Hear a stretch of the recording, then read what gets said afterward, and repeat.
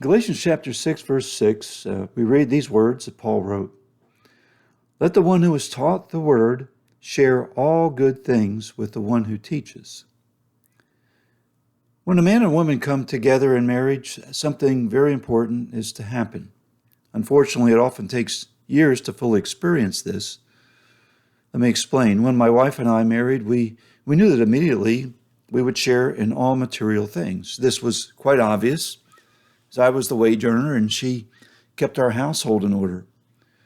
We consequently had joint ownership of everything, our car, our home, our bank account, basically everything we had. However, while understanding that sharing in the material things is important, there is something a married couple must share which is far more important to a healthy marriage. It is the sharing in those things which are not material. It is in sharing the things which come from the heart. To be honest, when we were married, we shared all things material, but struggled. Probably this is mostly my fault, but we struggled in sharing the deeper things that were beneath the surface. I'm referring to the hidden emotions, the hurts and wounds of life, the inner struggles and desires, the fears and confidences, those things which go way beyond the surface. And these things normally come out through conversation.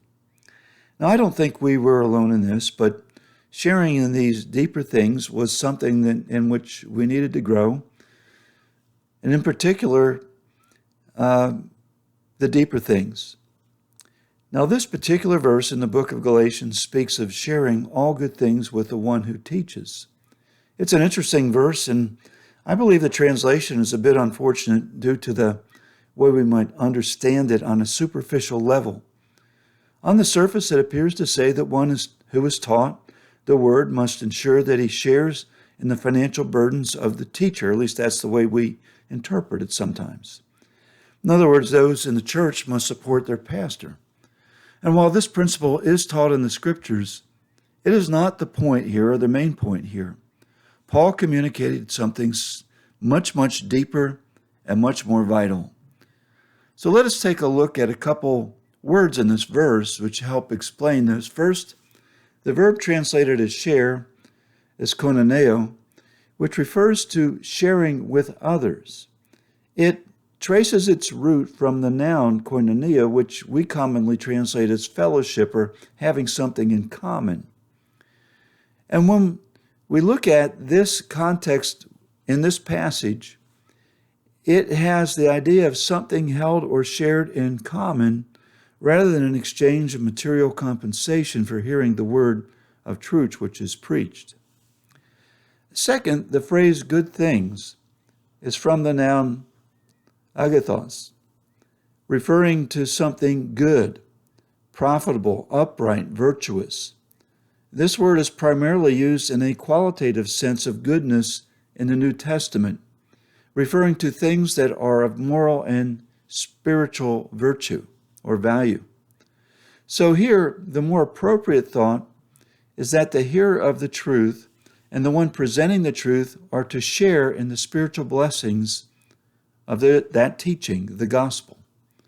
This thought goes much deeper than a mere provision of funds to the one who preaches the good news.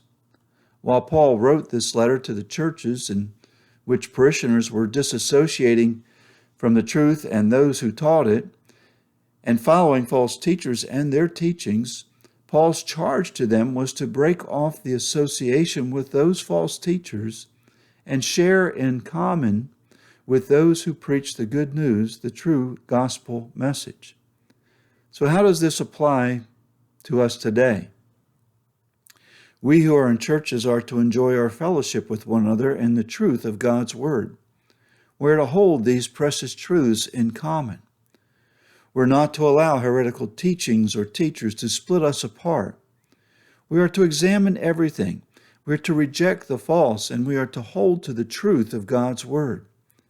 This takes believers to a much greater depth of fellowship with one another. And those who teach and preach the truth are also included in the depth of this fellowship, the result of which will be greater love, greater joy, and greater peace to be experienced in the assembly of believers, the church. We're to hold these truths in common with one another. That means a depth of fellowship that goes beyond the superficial.